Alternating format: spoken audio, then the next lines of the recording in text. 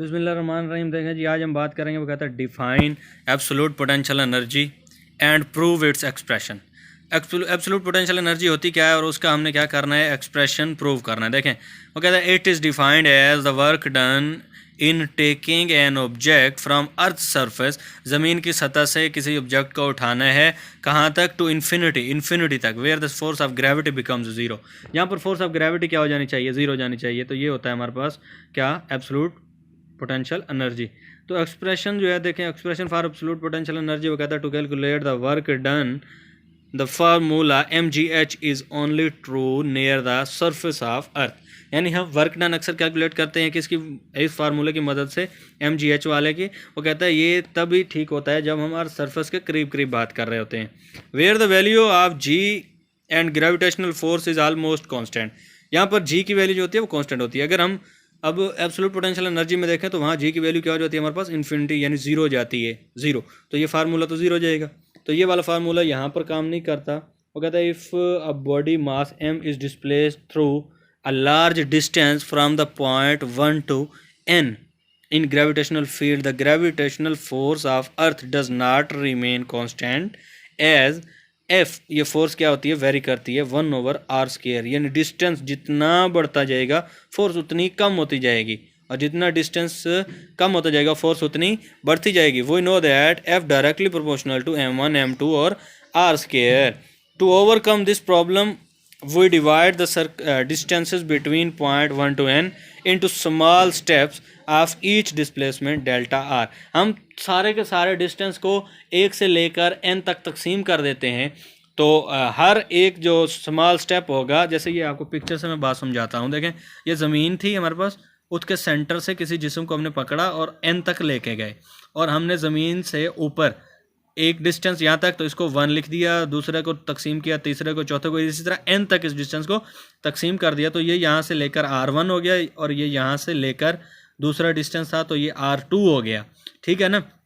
और delta R की value मैं फाइंड आउट करना चाहूँ तो देखें, बड़े में से हमेशा छोटा माइनस होता है। यहाँ R2 बड़ा है और R1 क्या है, छोटा है। तो R2 माइनस R1, ये हमारे पास डेल्टा आर निकल आएगा। मतलब इन दोनों के दरमियान का जो जितना डिस्टेंस है वो डेल्टा आर है।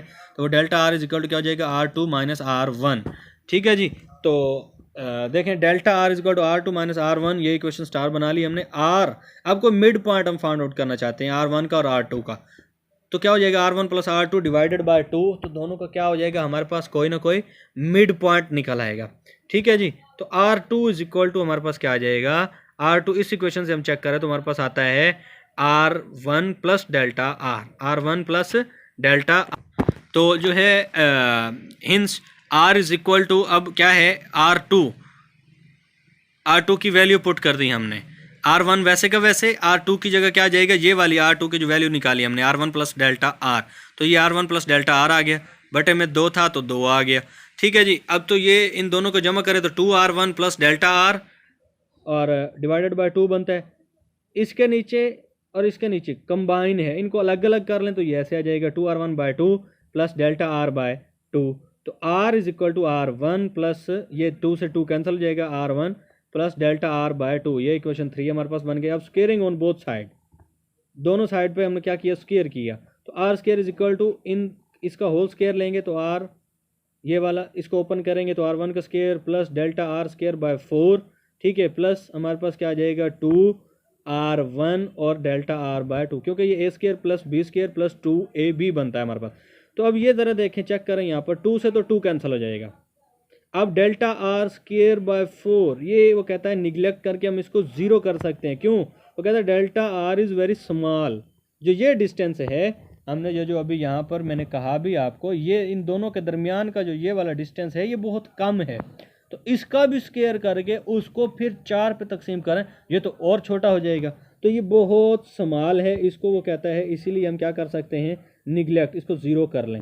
तो delta R square over 4 is very small, it can be neglected, इसको निगलेक्ट कर दिया। तो आर स्केयर, R1 का स्केयर प्लस हमारे पास क्या बचता है, R1 और delta R. Putting the value of delta R from equation star. अब डेल्टा आर की वैल्यू हमने ये फाइंड आउट की थी, वो आती है R2 माइनस R1। इस R2 और माइनस R1 को यहाँ पर वो कहता है पुट करना है आपने इस डेल्टा आर में। तो आर स्केयर वैसे का वैसे है, ये वाला भी वैसे का वैसे है, ये R1 साथ में डेल्टा आर की हमने वैल्यू पुट की।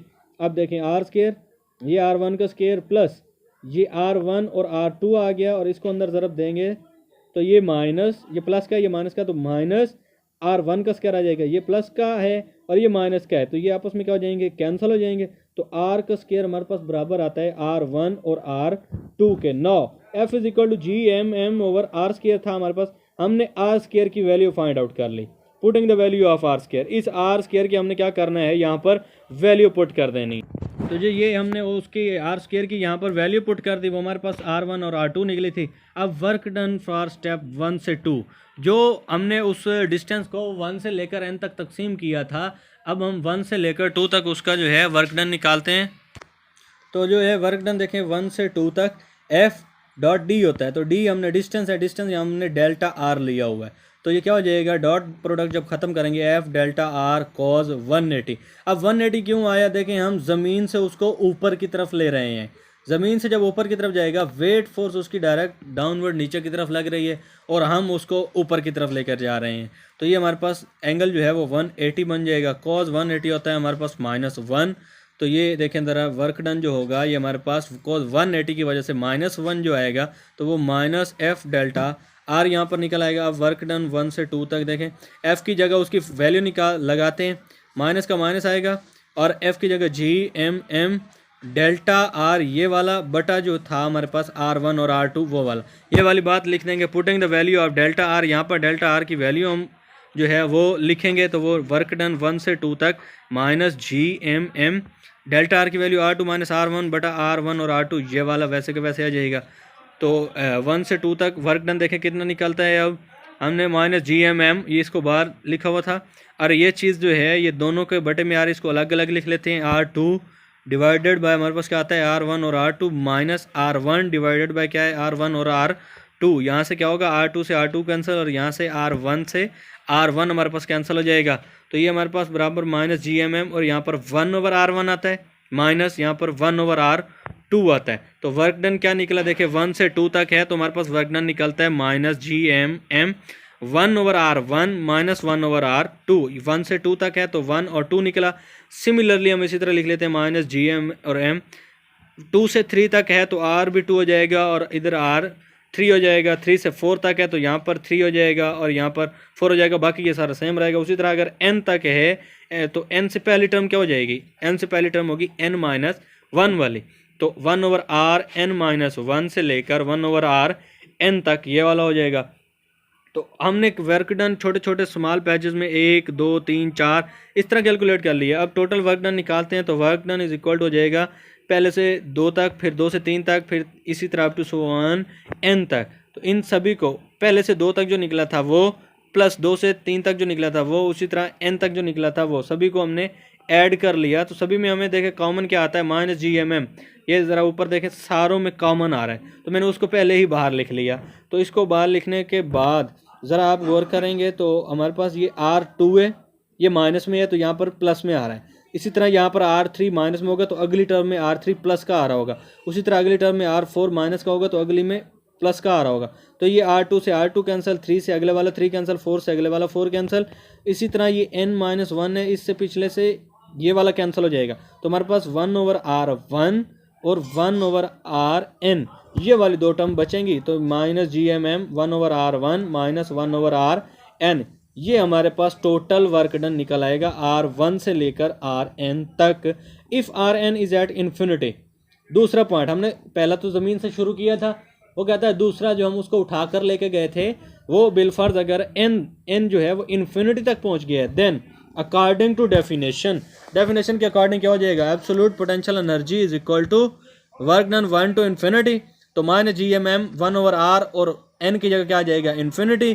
तो देखें 1/Rn इज इक्वल टू हमने पुट किया 1/R इन्फिनिटी, तो इन्फिनिटी क्या हो जाएगा, ये 1/इन्फिनिटी ये होता है 0। तो ये क्या हो जाएगा हमारे पास, ये टर्म 0 जाएगी। तो हमारे पास वर्क डन टोटल कितना निकल आएगा, -GMM और बटे में R1 सिर्फ आ जाएगा। तो for absolute potential energy at surface of earth R is equal to RE, तो रेडियस यहाँ पर ई से मुराद है अर्थ का रेडियस ले रहे हैं। तो ये पोटेंशियल एनर्जी को यू से भी लिख सकते हैं, तो UG is equal to -GMM/R E हमारे पास आ जाएगा। अब नेगेटिव साइन यहाँ पर जो आ रहा है, ये नेगेटिव साइन वो कहता है shows earth gravitational field is attractive and increase in are you become less. जितना जो है आर बढ़ता जाएगा, क्योंकि इन्वर्स में आ रहा है, ये उतना कम होता जाएगा, और जितना आर कम होता जाएगा ये उतना बढ़ता जाएगा, ये वाइस वर्सा। उम्मीद करता हूँ आपको ये लेक्चर समझ आया होगा। अगर कहीं समझ नहीं आए तो आप नीचे मुझसे कमेंट में पूछ सकते हैं। अल्लाह हाफिज़।